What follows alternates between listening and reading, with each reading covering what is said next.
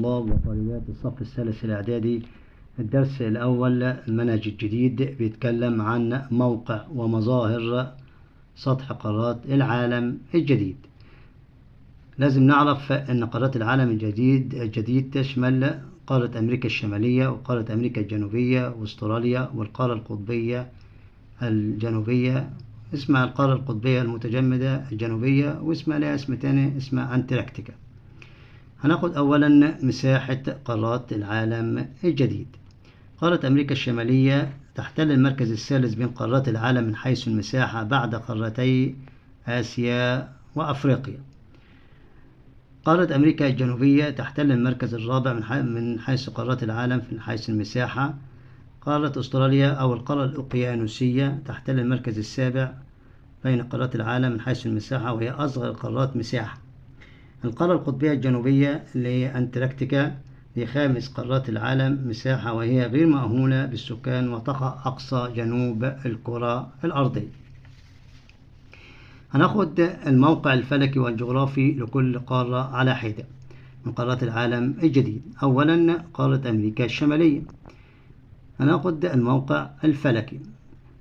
تمتد قارة أمريكا الشمالية بين دائرتي عرض 37 شرطة و83 شمالا، اللي ترتب على الموقع الفلكي أو وقوع قارة أمريكا الشمالية بين دائرتي عرض من 37 شرطة و83 شمالا، اللي ترتب عليها وذلك تقع قارة أمريكا الشمالية بأكملها في نصف الكرة الأرضية الشمالي.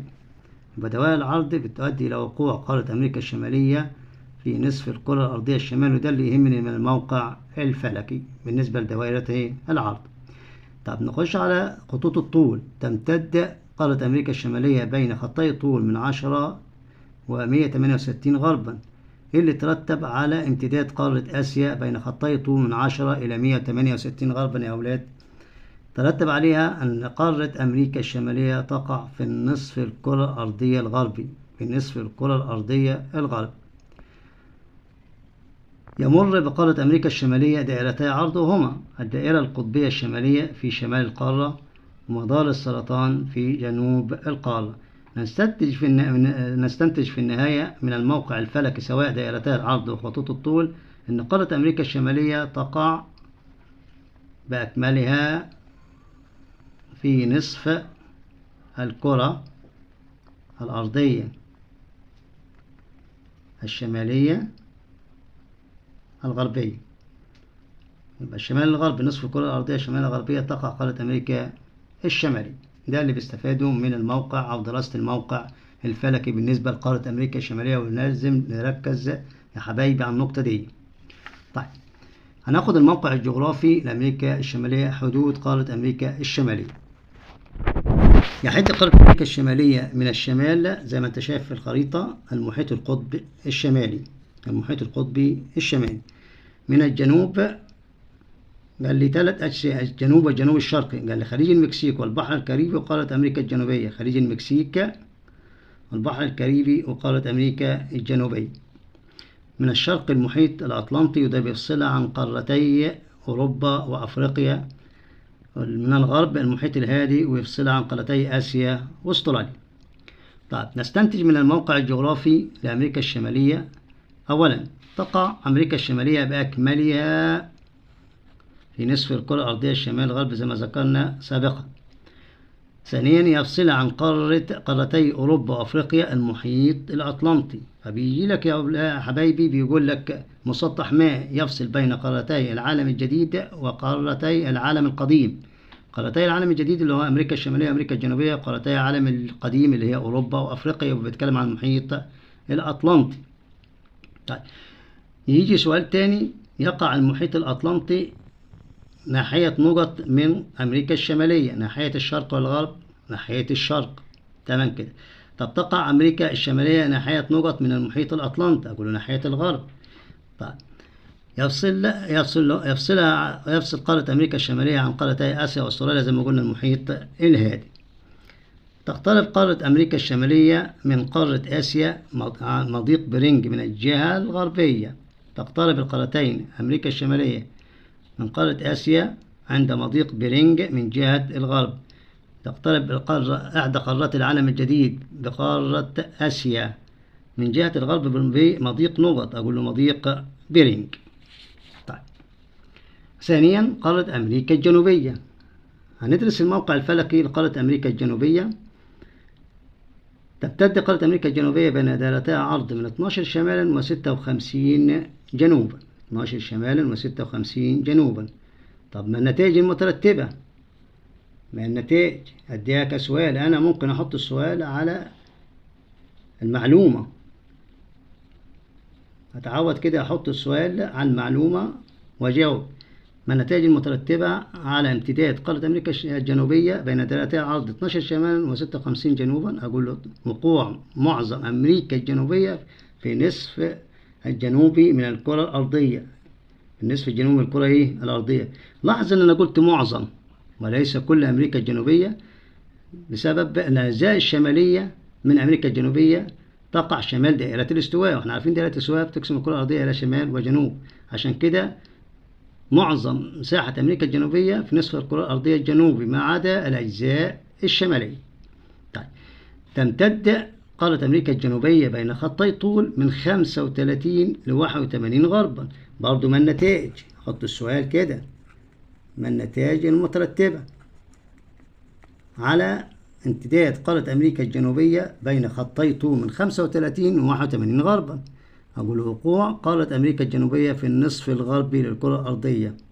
معنى ذلك أن أمريكا الشمالية وأمريكا الجنوبية تقع بأكملها في نصف الكرة الأرضية الغربي. طيب. نلاحظ أن يمر بقارة أمريكا الجنوبية دائرتي عرض رئيسيتين، وهما دائرة الاستواء، ودي تقع زي لسه جايلها في شمال قارة أمريكا الجنوبية. مدار الجدي يقع في وسط أمريكا الجنوبية. هناخد الموقع الجغرافي لقارة أمريكا الجنوبية. يعني حدود قارة أمريكا الجنوبية زي ما أنت شايف، أمريكا الجنوبية عبارة عن مثلث مقلوب، القاعدة في الشمال والرأس في الجنوب تكاد تقترب من الدائرة القطبية الجنوبية. طيب. حدودها يحدها شمال البحر الكاريبي وقارة أمريكا الشمالية. طيب. شرقا يحدها المحيط الأطلنطي وبرضه بيفصلها عن قارتي أوروبا وأفريقيا. غربا المحيط الهادي برضه بيفصلها عن قارتي آسيا واستراليا. طب هناخد أوجه الشبه والاختلاف بين أمريكا الشمالية وأمريكا الجنوبية. أوجه الشبه والاختلاف بين الأمريكتين، أمريكا الشمالية وأمريكا الجنوبية. أولا أوجه الشبه. يتشابه القارتين أمريكا الشمالية وأمريكا الجنوبية في الحدود الشرقية اللي يقصد بها المحيط الأطلنطي، ويتشابه أيضا في الحدود الغربية يقصد بها المحيط الهادي، والاثنين يقعان في نصف الكرة الأرضية الغربي. أما الاختلاف فالحدود الشمالية لأمريكا الشمالية تقع على المحيط القطبي الشمالي، بينما الحدود الشمالية لقارة أمريكا الجنوبية يحدها البحر الكاريبي وقارة أمريكا الشمالية. طيب. تختلفان أيضا في دوائر العرض اللي بتمر في كل قارة. قارة أمريكا الشمالية بتمر فيها الدائرة القطبية الشمالية ومدار السرطان، بينما قارة أمريكا الجنوبية بتمر فيها دائرة الاستواء في الشمال ومدار الجدي في الوسط. دي دائرة الاستواء ودي مدار الجدي. كده أخدنا أوجه الشبه والاختلاف بين أمريكا الشمالية وأمريكا الجنوبية، وده موضع سؤال في الامتحانات دايما. ثالثا هناخد القارة الثالثة في العالم الجديد اللي هي قارة أستراليا. يطلق عليها القارة الأوقيانوسية. يطلق عليها القارة الأوقيانوسية، ودي أصغر القارات من حيث المساحة وأكبر جزر العالم لأنها بيحيط بها المياه من جميع الجهات. هناخد عندي الموقع الفلكي، ندرس مع بعض الموقع الفلكي لقارة أستراليا. تمتد قارة أستراليا بين دائرتي عرض 10 إلى 44 جنوبا. برضه نحط سؤال ما النتائج؟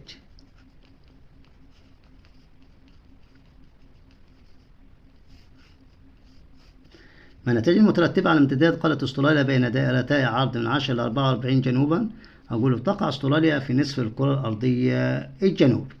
ونلاحظ الأسئلة دي بتيجي كتير في الامتحانات، لأن معظم الأسئلة بتبقى مقالية، 70% مقالي و30% موضوع. يعني ما النتائج بما تفسر دليل على صحة العبارة، فنركز في الحاجة دي. تمتد قارة أستراليا بين خطي طول 113 ل 178 شرقا. برضو ما النتائج؟ أحط السؤال على المعلومة، على وقوع قارة أستراليا بين خطي طول 113 ل 178 شرقا.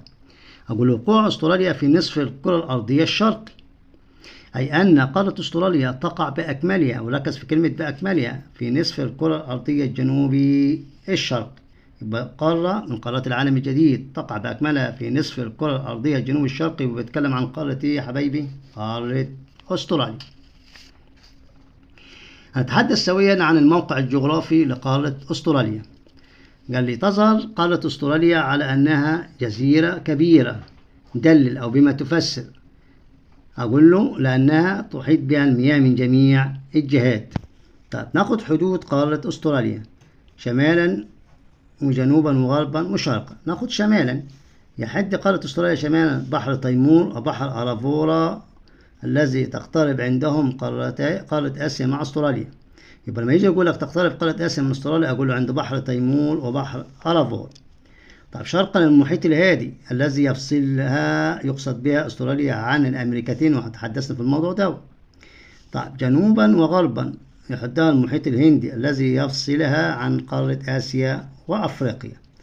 كده أخذنا الجزء الأول من الدرس اللي هو الموقع الجغرافي والفلكي لقارات العالم الجديد، ونستكمل في الحلقة القادمة إن شاء الله. والسلام عليكم ورحمة الله وبركاته.